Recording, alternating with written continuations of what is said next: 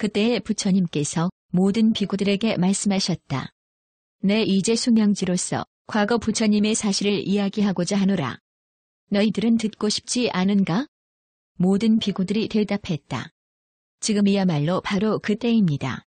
저희들은 즐거이 듣기를 원합니다. 부처님께서 비구들에게 말씀하셨다. 잘 들어라. 그리고 잘 생각해보고 기억하라. 내 너희들을 위해 분별 해설하리라. 비구들아, 너희들은 마땅히 모든 부처님의 상법을 알아야 한다. 비바 15살이 도솔천에서 내려와 어머니의 태에 들 때 오른편 옆구리로 들어갔으며 바른 생각이 어지럽지 않았느니라. 그때의 땅이 진동하며 큰 광명을 누워온 세계를 두루 비추니 해와 달이 미치지 못하는 곳까지도 모두 큰 환하게 밝아졌고 유명계에 있던 중생들도 저마다 서로 볼 수 있어 그 사는 곳을 알게 되었다. 그때 그 광명은 또 악마의 궁전까지도 비추었다. 제석과 범천을 비롯한 모든 하늘과 사문과 바람은 그리고 그 밖의 모든 중생들도 모두 큰 광명을 받았다. 그리하여 모든 하늘의 광명은 자연히 나타나지 못했느니라. 부처님께서 다시 개송으로 말씀하셨다. 빽빽한 구름이 허공에 모였을 때 번갯불이 천하를 비추듯이 비바시가 내려와 태에 드실 때 빛나는 그 광명 또한 그랬네. 해와 달이 미치지 못하던 곳도 큰 밝음 두루 입지 않은 데 없었고 태양은 깨끗해 더러움 없었나니 모든 부처님의 법은 다 이런 것이니라. 여러 비구들아, 너희들은 마땅히 모든 부처님의 상법을 알아야 한다. 비바 15살께서 어머니 태 안에 계실 때 생각을 오로지 해서 어지럽지 않았다. 사천자가 각각 창을 잡고 그를 호위해 사람이나 혹은 사람 아닌 것들이 그를 침노하거나 해치지 못하게 하였으니 이것이 바로 상법이니라. 부처님께서 다시 개송으로 말씀하셨다. 사방에 있는 사천자에게는 큰 이름과 위엄과 덕이 있네. 하늘나라 제석이 보낸 그들은 보살을 잘 지키고 보호해내. 손에는 언제나 창을 잡고 보살을 호위에 떠나지 않아 사람도 귀신도 침노하지 못했으니 이것이 모든 부처님의 상법이니라. 천신들이 그를 옹호하는 것, 천녀들이 천신을 보호하듯 하고 권속들도 모두 기쁨에 넘쳤으니 이것이 모든 부처님의 상법이니라. 부처님께서 다시 비구들에게 말씀하셨다. 모든 부처님의 상법은 이러하니라.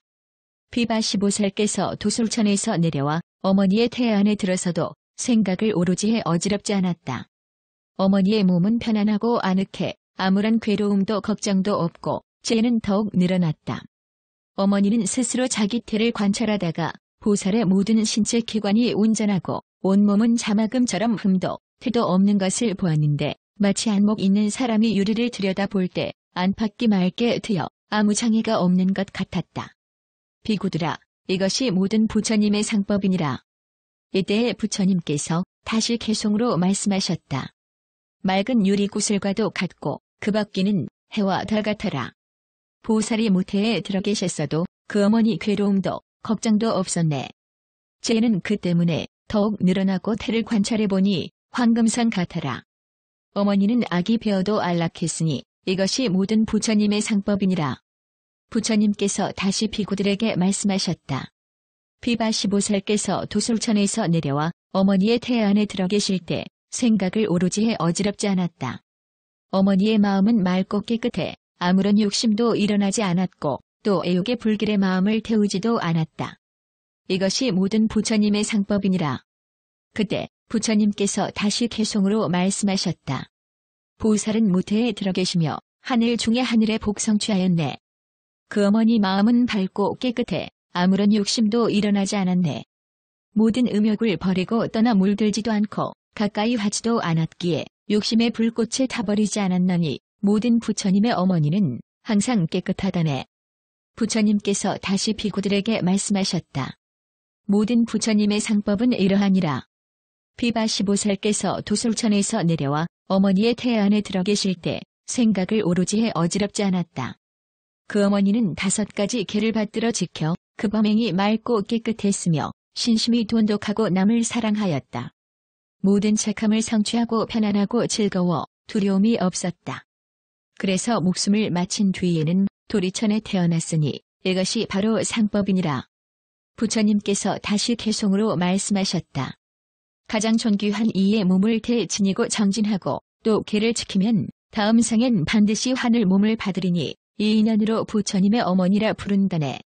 부처님께서 비구들에게 말씀하셨다. 모든 부처님의 상법은 이러하니라. 비바 15살께서 이 세상에 태어날 때 어머니의 오른쪽 옆구리로 나오셨다.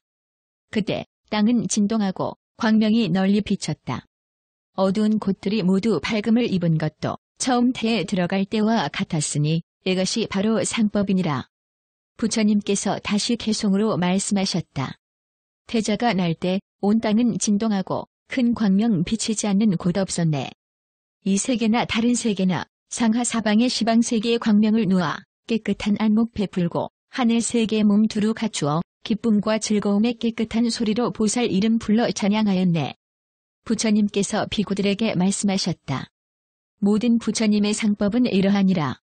비바 15살께서 태어나실 때 오른쪽 옆구리로 나왔고 마음을 오로지 해 어지럽지 않았다. 당시 보살의 어머니는 손으로 나뭇가지를 부여잡고 앉지도 눕지도 않은 자세였다. 그때 사천자는 향수를 받들고 어머니 앞에 서서 그랬습니다. 하늘의 어머니여, 지금 거룩한 아드님을 낳으셨습니다. 걱정하지 마소서라고 말했느니라. 이것이 바로 상법이니라. 그때 부처님께서 다시 개송으로 말씀하셨다. 부처님의 어머니는 앉지도 눕지도 않고 걔를 지키고 범행을 닦았네. 부처를 낳고 게으르지 않아 하늘 사람들이 받들어 모셨네. 부처님께서 비구들에게 말씀하셨다. 모든 부처님의 상법은 이러하니라. 비바 15살께서 태어나실 때 오른쪽 옆구리로 나왔고 마음을 오로지 해 어지럽지 않았다. 그 몸은 맑고 깨끗해 더러움에 물들지 않았다. 마치 안목 있는 사람이 깨끗하고 밝은 구슬을 흰 비단 위에 던져도 두 가지 다 더러워지지 않고 둘 다 깨끗한 것처럼 보살께서 태에서 태어날 때에도 또한 그와 같았으니 이것이 바로 상법이니라. 부처님께서 다시 개송으로 말씀하셨다. 마치 깨끗하고 밝은 구슬을 비단 위에 던져도 때묻지 않는 것처럼 보살이 태에서 태어날 때에도 맑고 깨끗해 더러움 없었네. 부처님께서 비구들에게 말씀하셨다. 모든 부처님의 상법은 이러하니라. 비바 15살께서 태어나실 때 오른쪽 옆구리로 나왔고 생각을 오로지 해 어지럽지 않았다. 오른쪽 옆구리에서 나와 땅에 떨어지자 7걸음을 걸었는데 부축하는 사람이 아무도 없었다. 사방을 둘러보고 손을 들어 천상과 천하에서 오직 나만이 가장 존귀하다. 중생들을 나고 늙고 병들고 죽는 것에서 건져주려 하노라 하고 외쳤으니 이것이 바로 상법이니라. 부처님께서 다시 개송으로 말씀하셨다. 마치 사자가 걸으면서 두루 사방을 살펴보듯이 땅에 떨어지자 7걸음 걸은 사람의 사자도 그러하였네. 또 마치 큰 용이 가면 두루 사방을 살펴보듯이 땅에 떨어지자 7걸음 걸은 사람의 용도 그러하였네. 양족조는 태어나실 때 고요하고 편안하게 7걸음 걸으며 사방을 둘러보고 큰 소리로 외쳤나니 나고 죽는 고통을 마땅히 끊으리라. 그가 처음으로 세상에 날 때 짝할이 없는 부처로서 스스로 나고 죽는 근본을 보아 이 몸이 마지막 몸임을 아셨네. 부처님께서 비구들에게 말씀하셨다. 모든 부처님의 상법은 이러하니라. 비바 15살께서 태어나실 때 오른쪽 옆구리로 나와 생각을 오로지 해 어지럽지 않았다. 그때 두 샘물이 솟아났으니 하나는 따뜻했고 하나는 차가웠다. 그것으로 목욕물을 바쳤으니 이것이 바로 상법이니라. 부처님께서 다시 개송으로 말씀하셨다. 양족존이 이 세상에 태어났을 때 두 샘물이 저절로 솟아나왔고 그 물을 보살에게 바치자 편안히 목욕하고 깨끗해졌네. 절로 솟은 두 샘물 그 물 참으로 맑고 깨끗하여라. 하나는 더운 물 하나는 찬 물 그것으로 일체지를 목욕시켰네. 태자가 태어나자 부왕 반두는 관상가와 여러 점술사를 불러 태자의 상을 보아 그 기륭을 점치게 했다. 관상가들은 명령을 받아 태자의 상을 보았다. 먼저 옷섭을 해치고 그 원만한 상을 보고는 점쳐 말했다. 이런 상을 가진 사람은 반드시 두 길로 나아가게 됩니다. 이는 필연이어서 의심할 여지가 없습니다. 만일 속가 집에 있게 되면 전륜성왕이 되어 사천하의 왕노릇을 할 것이다. 4가지 군대를 구족하고 바른 법으로 천하를 다스릴 때 치우치거나 억울함이 없게 하여 그 은혜가 천하에 두루 미칠 것입니다. 칠보가 저절로 이를 것이며 1000명의 아들을 두는데 모두 건장하고 용맹스러워 외적을 항복받지만 무기를 쓰지 않고도 천하가 태평할 것입니다. 그러나 만일 집을 떠나 도를 배우면 반드시 정각을 이루어 시포를 갖추게 될 것입니다. 그때 여러 관상가들이 곧 왕에게 아뢰었느니라. 이 왕자님은 30 이상을 갖추고 있습니다. 반드시 두 길로 나아가리니 이는 필연이어서 의심할 여지가 없습니다. 세간에서 살아간다면 반드시 전륜 상황이 될 것이요 만일 출가한다면 정각을 이루어 시포를 다 갖추게 될 것입니다. 부처님께서 기송으로 말씀하셨다. 백복을 갖춘 태자 태어나니 관상가들이 점처 예언하는 말책에 실려있는 그대로라서 두 곳으로 갈 것 분명하다네. 만일 집에 있어 세상 일을 즐기면 반드시 그 전륜 상황이 되리라. 칠보는 얻기 어려운 것이지만 왕을 위해 칠보가 저절로 이를 것이다. 진금으로 된 1000개의 바퀴살 둘레에는 황금의 덧바퀴 있고 굴리면 하늘에 날아 두루 다니니 그러므로 이름하여 전륜보라 하네. 7개 어금니 가진 잘 조련된 코끼리 앉을 자리 높고 넓으며 희기는 눈과 같네. 능히 허공을 날기도 하나니 그러므로 두 번째 상보라 하네. 말이 내달리면 천하를 조유하는데 아침에 떠났다간 저녁이면 돌아와 먹네. 붉은 갈기에 공작에 목그러므로 세 번째 마보라 하네. 맑고 깨끗한 유리 구슬 그 광명은 인류순을 비추네. 밤에 비추면 나처럼 밝나니 그러므로 네 번째 주보라 하네. 빛깔, 소리, 냄새, 맛과 촉감이 세상 어디에도 비길 데 없으니 모든 여자 중에서 제일이라. 그러므로 다섯 번째 여보라 하네. 왕에게 유리 포물을 바치네. 구슬과 옷과 갖가지 보배 기뻐하면서 받들어 올리나니 그러므로 여섯 번째 거사보라 하네. 전륜성왕이 생각하는 그대로 군사들은 날쌔게 오고 또 가며 건장하고 날랜 것 왕의 뜻과 같나니 그러므로 일곱 번째 주병보라 하네. 이를 이름하여 칠보라 하니 윤보, 상보, 새하얀 마보 거사보, 주보, 여보와 전병보 일곱이라네. 이것들을 보면 실증이 없어져 오욕을 스스로 즐기게 될 것이나 만일 코끼리가 굴레를 끊듯 집을 떠나면 정각을 이루리. 왕에게 이러한 아들 있으니 두 가지를 부족한 사람 중에 가장 높은 이 세상에 살면 법바퀴를 굴리고 도를 이루면 게으름 없으리. 그때의 부왕은 은근히 관상가에게 되풀이해 물었다. 너희들은 다시 태자의 30 이상을 다시 한번 살펴보라. 30 이상이란 어떤 것인가? 관상가들은 태자의 옷을 헤치면서 30 이상을 설명하였다. 첫 번째는 발바닥이 평평한 것입니다. 발바닥이 평평하므로 땅을 디딜 때 안온합니다.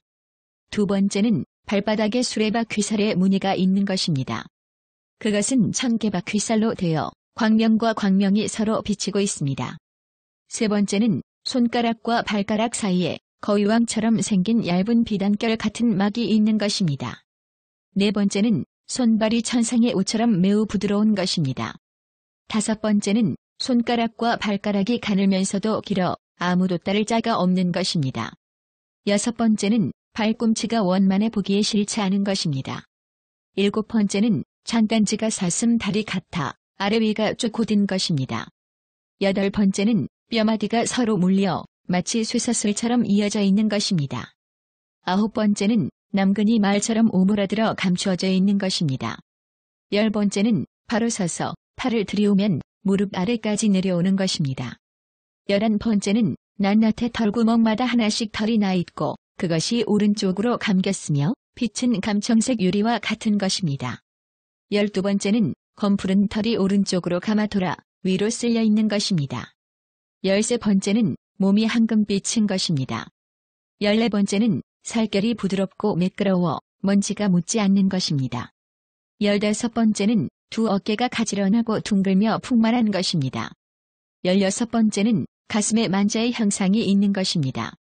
17번째는 키가 보통 사람의 곱이나 되는 것입니다.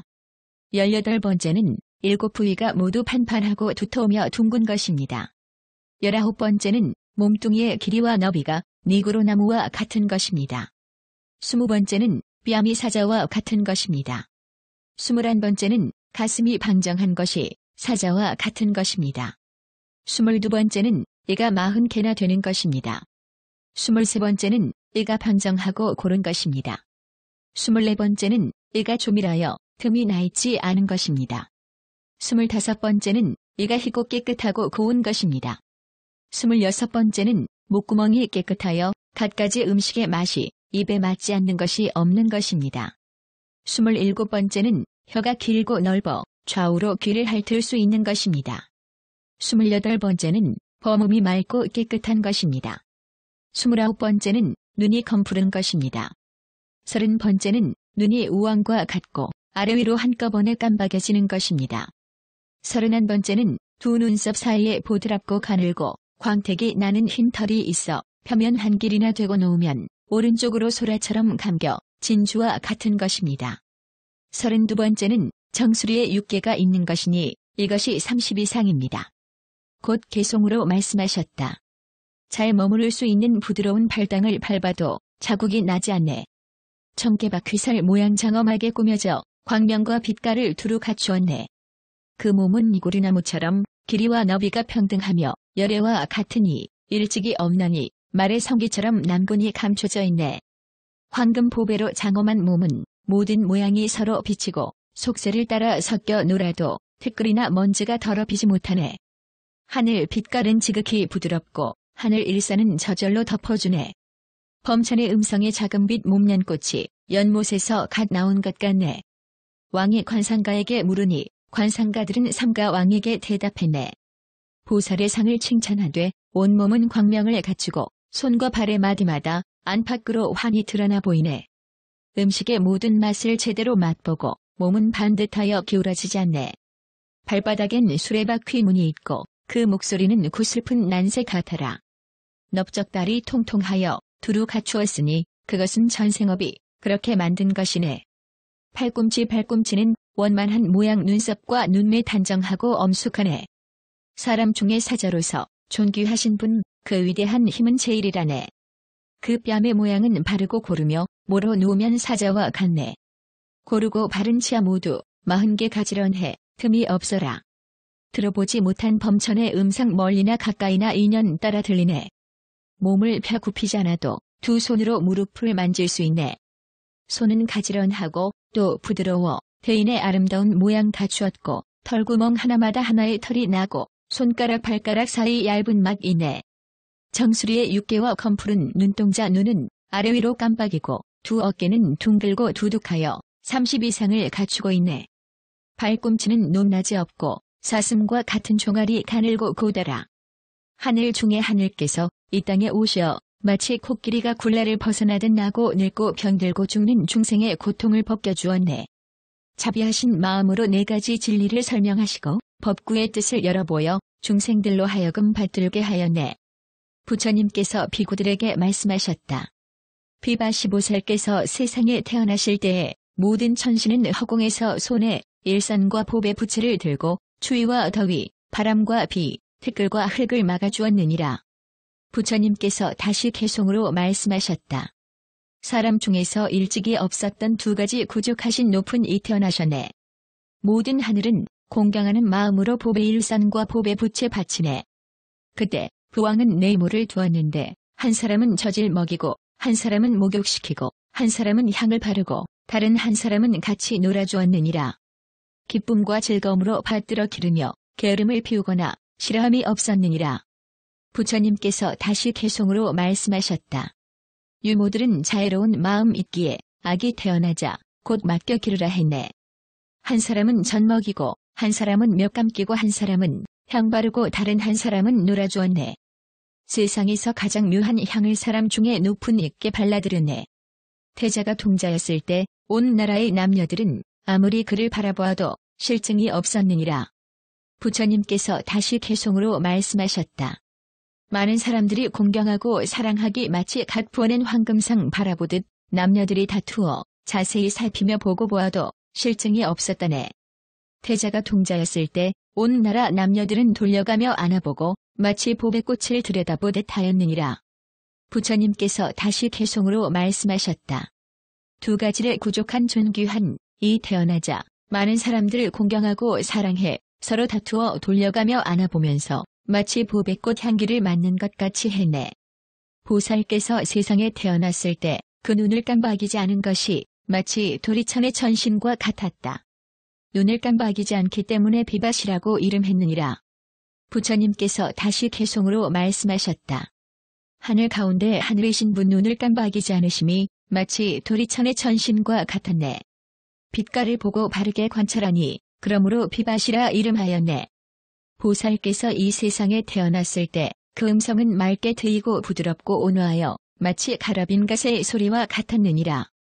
부처님께서 다시 개송으로 말씀하셨다. 마치 설산에 사는 새가 꽃즙을 마시며 우는 것처럼 저 두 가지를 구족한 높으신 분 그 음성 맑게 트임 또한 그러하네. 보살께서 이 세상에 태어났을 때 그 눈은 멀리 인류순까지 뚜렷이 볼 수 있었느니라. 부처님께서 다시 개송으로 말씀하셨다. 맑고 깨끗한 업닦은 과보로 하늘의 미묘한 광명을 받았으니 보살의 눈으로 바라볼 수 있는 곳 인류순을 두루 볼 수 있으시네.